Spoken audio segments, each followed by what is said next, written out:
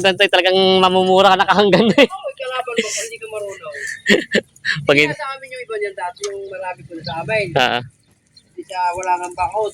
Sabi mga kapitbahay, ay iyo kang kambing niya nga, mga ligo. Nagkakuyo ko. Gusto nga aking herde. Kasi tatali ko na ako, ay huwag na, biyahe na. Daya, di naman ako tali. Sinaiwi ko. Ay ako, wala mangyari.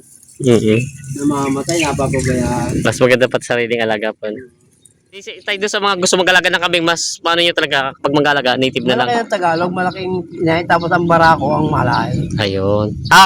Kung magtatagalog ba sila, di malaki-laki na kunin lang bibili sila. Malaki pagka-Tagalog. Magandang araw mga talong Stevie, tayo po ay napadaan dito sa isang kambingan dito sa Barangay Bonsilyo. Sitio Masigasig tayo nakapasyal dito kay tatay na kambingan.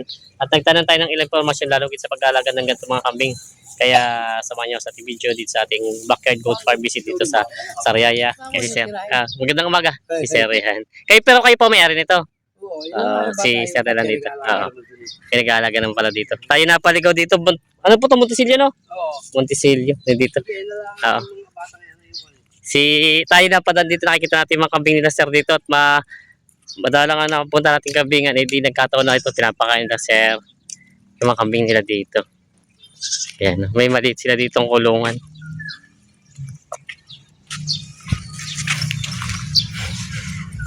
Yan. Saktong nagpapakain sila ng mga kambing. Sir, magandang umaga. Ayan si Bossing. Kayo ang nag-aalaga nito? Ng mga kambing na ito? Parang ito bago pa lang ano? May simula pa namin sa taon. Binibenta nyo? Yun, oo. Ito yung mga kambing na sir. Ito pala lagi daw. Kaya nauubos. Ito yung mga kambing nila. Ang pakain nyo po ngayon ay Madre Cacao. Ayan. So, matataba naman ang mga kambing ni dito. May ilan taon, may ano ba yung malaki pa pala ito? Ang lunob yan. Ay, bagong kuha ko yan. Salminos. Sa Alaminos po. Alaminos Goat Farm. Oo. Malaylay din. Dito Tatay naman. Oo. Mga inahay. Ba't nagkuha po kayo ng ganito mga upgrade nyo? Oo. Alaminos. May buwer, ang laki. Mga kambuwer, ano. Ito po yung mga anak ng Bower. Oo, ayan. Mga habol naman. Kaya tinanong nyo. Matapang. Matapang. Katungay na yun ka. Tumapang na. Ilang heads po ito? 24 ata. 24 heads siya. Marami pong bisiro, ano? Malalaki na pag-usap na eh. Paano po ang ano nyo pala dito pagbibenta? Yung mga kasamahan hindi po. 4 piraso lang. 4 piraso lang din nyo na kinikilo. Maibigay. Pero may ilang taon na ito? 3 na ata. Dami Matagal na rin pala, ano? Hindi lang ko napapansin siguro. Medyo dulo-dulo siya dito. Dati yung aking pali ko ay may maisang. Ito malawak na ito. Oo. Pero mas marami dati ang alalagaan yung ganito. Marami na yan. Marami na rin pala. Kumbaga ito yung napapabenta lang din. Parang ang pakain, pati pakwan niya. Hindi na. Kumigilingan pa. Mawala rin magiling. Kumbaga ito ay kumpay-kumpay na lang din sila. No? Hindi naman mahirap ngayong tag-ito magpakain ng kambing. Hindi kayo nahihirapan sa pagkain. Ayos lang yan. Kamusta naman po pala? Di bang alam ko pang kambing ay medyo masailan? Hindi naman. Bayawa naman Diyos, hindi nagkakasakit naman kang gabi. Hindi naman. Hindi mo nagkakasakit. Hindi naman nagkakasakit. Mag-alaga ako. Parang nabanggit nyo kanina, mas mahirap, alagaan ng malahi. Alayo, no? Malahi yun sa ngayon, no? Ito nga, kita nga. Mahirap. Mahirap, mag-anak yun, nagtain. Masailan po. Sandara! May sandara pala dito. Sala yung maulila nyo. Pinabibili ko. Tayo matanong ko lang, kamusta naman ang kitaan sa ganitong kambing? Ayos din naman. Ayos naman, nakakapangan na libre. Hindi naman nabili na. Pero sa hindi naman kayo talaga nag-open talaga na negosyo talaga, kumbaga libangan na din. Libang-libangan lang. Libangan na din. Pero pinagkakakitaan. Hindi na usap. Ayan po. Kaya dalawang lalaki. Ayun po lang, may pambenta na ulit po yun. Kakatayin ko na yung lalaki. Yung itim yun, anak din ng malahi yun eh. Yung malaking itim na yun. Ang inahin na, bininta ko na, bininta mo sa akin. Sa 3 taon naman pong pag-aalaga nyo, anong kalimitan nag-isakit niya dito? Dito open dito. Sipon lang naman. Anong ginagawa? Wala naman, di man, nawawala naman yung... Ako sa nawawala siya. Wala, Yun, isa ngayon, na-paralyze. Pero nakakalakad na. Ay, ito. Yan. Ito yung mga kambing nito. Ay, ito yung sabi nyo. Oo nga. Ano siya, parang upgraded na siya. Ayan. Tapos ito po yung wari kay, pure breed ito. Pure breed yan, galing yan sa ang Glulubiang, Oh. sa goat farm. Luminous Goat Farm. Magkano po nakuha yung ganyan kalaki? 15,000 niya. 15,000 pala ito. Ayan. Pang-upgrade Mura din. pa nga yan. Oo. Kasi parang maabot siya 25,000 lang. 25. Kung binigyan lang kayo ng pangan. Wala ka ng barako ko dyan dati. Wala. Ano mas maano niyo po sa yung bower po, ayos din naman sana. Ang bower, malalaki ang katawan. Oo, kaya lang hindi tumapang ang kambing niya. Natapang. Oo. Yung pala nga tatay. Pero ito yung mga anak na rin po. Ang ano niya po siguro ito yung mga, yung parang iba may native na rin mga native. Oo, native naman talaga kinahin ko. Mga native ang ina. Ay, nga pala ito. Pero malaki po Oo. Tatlong anak ang lagi, tatlo lagi anak niya. Hindi maganda pala. Mabilis magparami. Tatlo din lagi anak. Ay, ito po. Ang mga native. Ang kinukuha niyo lang po pala, paraan niyo po, ang kinukuha niyo yung malalahi, yung ganador lang. Tapos yung mga inhen, ganito na lang po yung mga native para lumaki-laki yung lahi nila, no? Mahirap mag-alaga ng pure po. Oo. Hihirapan na yung bata nga rin. Pero nakapagsubok na rin kayo na mag-focus sa mga... Oo, 5 yung aking babae dati. Aha. Wala, mahirap, mamatay ang bikiro. Mamatay talaga? Kailangan pa mga sentro, kaya hindi na. May mga gamot-gamot po, no? Ito pong native, hindi na. Wala na. Wala na yan. Wala pa yan. Laban na daw yun. Ayan, no? Mga native naman, walang problema rin sa pag-aalaga. Kaya yung iba... Alagaan yan. Oo. Basta po mapakain na sila ng no? Siya mas tangali yan eh. Nagbibidyo din kayo? Sa tangali, pakakainin ko yan ng page. Aha. Hindi wala na lapas ang bukas na uli. Umaga tanghali. Ito po yung umaga hanggang tanghali siya. Ito umaga, di ganyan kumpay. Aha. Pag naubos siya mamay tanghali, pakakainin ito ng page. Aha. Tapos bago ito umuwi, pakakainin po din ng pitado. Pinipidge na rin pala. Wala, pag hindi mo pipitch yan, kawawa yan. At yung pagka, ano po yun, ba't kailangan talaga ipidge o hindi naman Ay, palag? hindi kailangan pag madamo. Kulang sa pagkain. Kung sa pagkain eh, kailangan pitch. Ayuda, no? Oo. Ginagastusan at para lang natutuwa.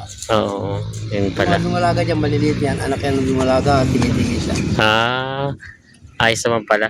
Kumbaga kaya laki nagpipidge kayo dahil na kulang sa pagkain. Wala, pero pag hindi na araro, ang daming damo din eh. Nga po. Ayun pala. Araro, hindi mo natamnan. Yun din ang ang mga kabing talaga sa balakas kumain ito mga to eh. Oo. Yan.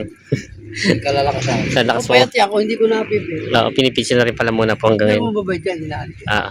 Kumbaga po, pag medyo maganda na naman ang damo, Ay ba, tigil na. wala nang pitch yan. tigil na na. Ayun. Sa umaga na sa hatang hali na nainom. Mm. Pagti lang yung pitch. Umaga, damo, tapos feeds na tanghali, tapos hapon feeds na po. Isa ulit, hindi naalpasan niya sa hapon. Ay, kinukulong niyo na muna po. Hindi nila lahat, hindi na Oo. lahat sa pitch. Pwede natin mas pasyal ko yung malit na kulungan. Wala lang po, hindi bigla. Oo, ayun. May at least maganda. Ito pala. Babayan din naman ng mga bata. Kumbaga habang wala pa pong tayong bahay, ito yung kulungan nila. Simple na nagawa si tatay ng kulungan. Ayan. Basta po, ang mahalaga po dito yung mataas ang bahay niya, no? Sa lupa. May lupa. Oo. Para hindi magkasakit. Dito ko sa Ilaya, ay wala nang kambing ko lang dito. Dito na. Wala nang bako, nalaya. Dito na lang po. Oo po, mahirap din makapanira ng kahangganan. Wala mga pirang-pira. Oo. Ayan.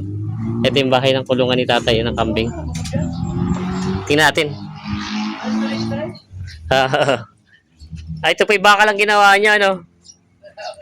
Ayos din, oh. Ayan, oh. Simple lang siya, basta lang may mababahayan. Ano lang po sa inyo? Stress reliever.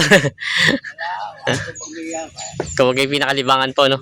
Pero ano po talaga pinakakabalan niyo? Gulay din. Hindi marami ako, may gasolin lang yun. Nga pala, yung... pamilya ng niyog. Oo. Yung po, kumbaga ito talagang pinakalibangan na lang, ano, habang walang gawa. Pamilya ako ng niyog. Mm-hmm. Ngayon lang ako Kambing. tambakan yun. At mura yata ang anong yan. Ito na po mga ano, ginagamit yung abono. Yan, lalagay ko dyan. Tipo yung halaman nito. Ay, oo. Yan na, dito na rin pala ni tatay na ano, para pinaka-abono. Maganda raw tayo ng kambing na abono. Ito pala. Kaya hahalaman niya ng mga bata eh. Mm. Nagabahay dyan. Sige. Ayan na, yung mga kambing ni tatay. Dati ito, ay hindi man nabuhay. Hindi ko mapagkapasan pag may mga stroke. Oo, at baka masabid na. Makakain pa niya stroke. Delikado, mamamatay. Ayan, ito yung kambing ni Maraming tatay. nausap dyan ng babae. Isang maliit. Wala na kayong plano magdagdag pa. Ala, hindi na. Kadami ng pag nag-anak ka na rin. Pag nag-anak na lang. Oo. Ayun nga pala sabi niyo, isa dito, yung isa ito, tatlo pag-anak. Yan, Tatlo. malaki yan. Oo, tatlong anak. Yung isang nasa, yung nasa likod ng lalaki. Tatlo mag-anak siya. Ayun pala. Kaya naman pala at least maganda naman pala ang kambing talaga din ano. Ay, magandang kabi pag may palikawan. Mhm. Yan, wala tamo. Sasay din na nila yan. Busog na sila. Ah. Pero ito pa'y malawak itong area nyo, kaya lang ang problema walang damo. Malawak eh. Walang damo. Side na. Oo. Ay ito pag ito kakaraming kambing eh. Pag hindi nag-40 na ilang kailan, madami. May palikawan kami dyan. Ay, nung hinalaman na yan, di wala na. Wala na. Kaya rin sa kuha, sa Bunggaling na rin. Ito po kabilang ito. Sa anak na Luding. Ayun pala. Kami rin nakakaalam. Hindi ngayon hindi natamnan. Hindi naman. Hindi pa natamnan. Nag-araw ay naararo na. Sayang po. Wala naman hindi umulan. Wala na. Kung bagay abang sana sa pagtatanim na sana, no? Ayun. Yun, 3 taon na pala sa tatay nagkakambing. Tagal na kami. Tapos nagkakami. Kapag walang diyan.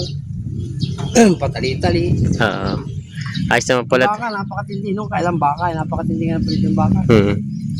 Talagang isang makuwang kayo. Kung maganda po itong kambing at medyo makakabili ka mga 5,000, meron ka na. Dalawa. Yung baka mga 60 isa. Si Sinta, 5 po bagong walay. Nung una, nung dusihan lamang baka. Yun pala. Baka. Hindi, tayo doon sa mga gusto mag-alaga ng kambing, mas paano nyo talaga pag mag-alaga, native na lang. Malaki ang Tagalog, malaking inahin. Tapos ang barako ang malaki. Ayun. Kung magtatagalog ba sila, di malaki-laki na kunin lang, bibili sila. Malaki pagka-Tagalog. Tapos, yung mga, kahit yung mga pangganador, doon na lang siya bumawi. Doon babawi, talaga magandang anak. Yun pala. Kaya yun mapapakita. Malalaki mga ini. Nasa 70 kilos yung bilinta namin. Malaki no? Talaga lang nakahabol na.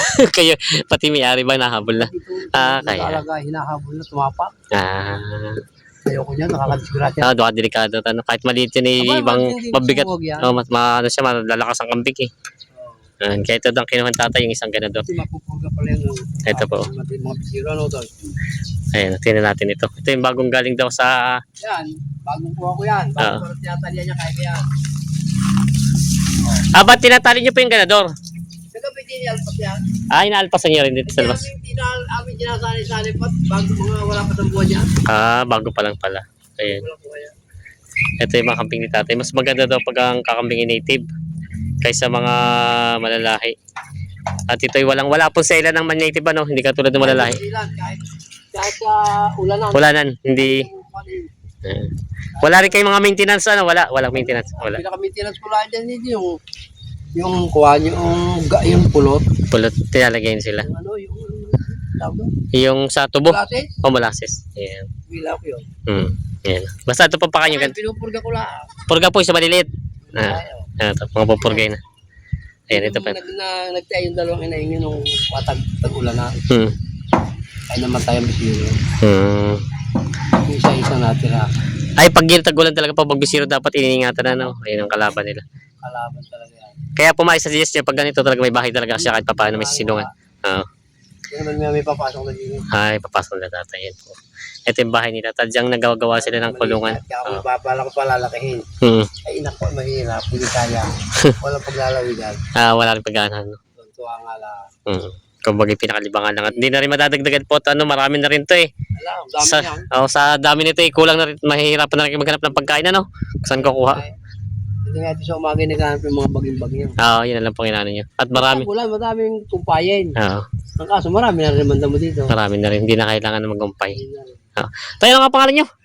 Marlon. Si Tatay Marlon. Yan po. Napadala tayo dito sa kanila at nakita natin na yung kambing ay dito. 2 beses na tayo dumaan. Nakita may mga kambing dito sa medyo dulo-dulo malapit sa kalsada na rin naman. Yung tabing highway sa tapat ng school. Kaya nasilip natin yung kambing ito. Yan, tatay, salamat po. At si tatay pinagan tayo pumasok dito sa kanyang maliit na farm. Ayan, ang mga kambingan. Bala-bala farm. Backyard.